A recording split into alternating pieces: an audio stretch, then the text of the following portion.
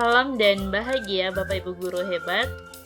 Perkenalkan, saya Yuliana Luji SPD, calon guru penggerak Angkatan 11 dari SMA Negeri 2 Kupang Tengah, Kabupaten Kupang. Akan memaparkan kesimpulan dan refleksi pemikiran Ki Hajar Dewantara pada modul 1.1 koneksi antar materi.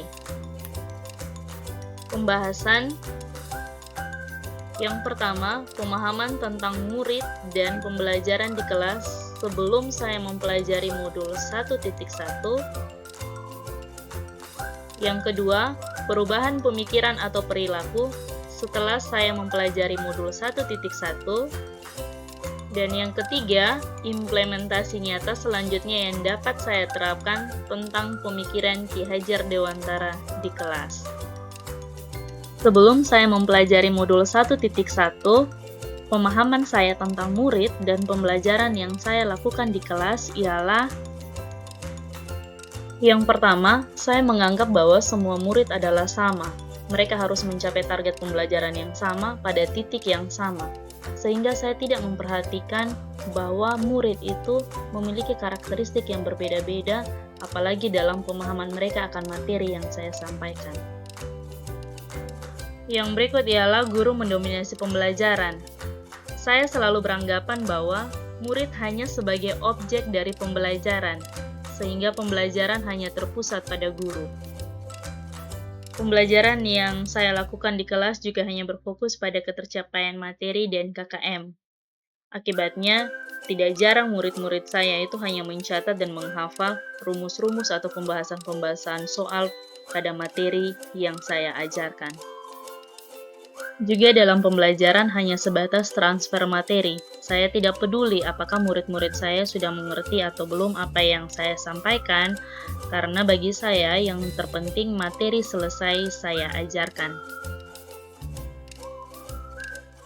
Setelah mempelajari modul 1.1 tentang pemikiran Ki Hajar Dewantara, saya menyadari bahwa yang saya pikirkan tentang murid dan pembelajaran yang saya lakukan selama ini tidaklah tepat.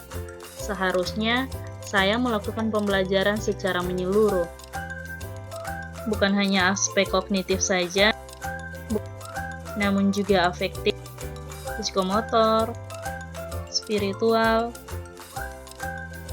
sosial, dan budaya. Murid bukanlah objek pembelajaran, melainkan sebagai subjek dalam pembelajaran, dan guru hanyalah sebagai fasilitator. Dalam pembelajaran, murid memiliki kebebasan berekspresi, berpendapat, dan berkreasi.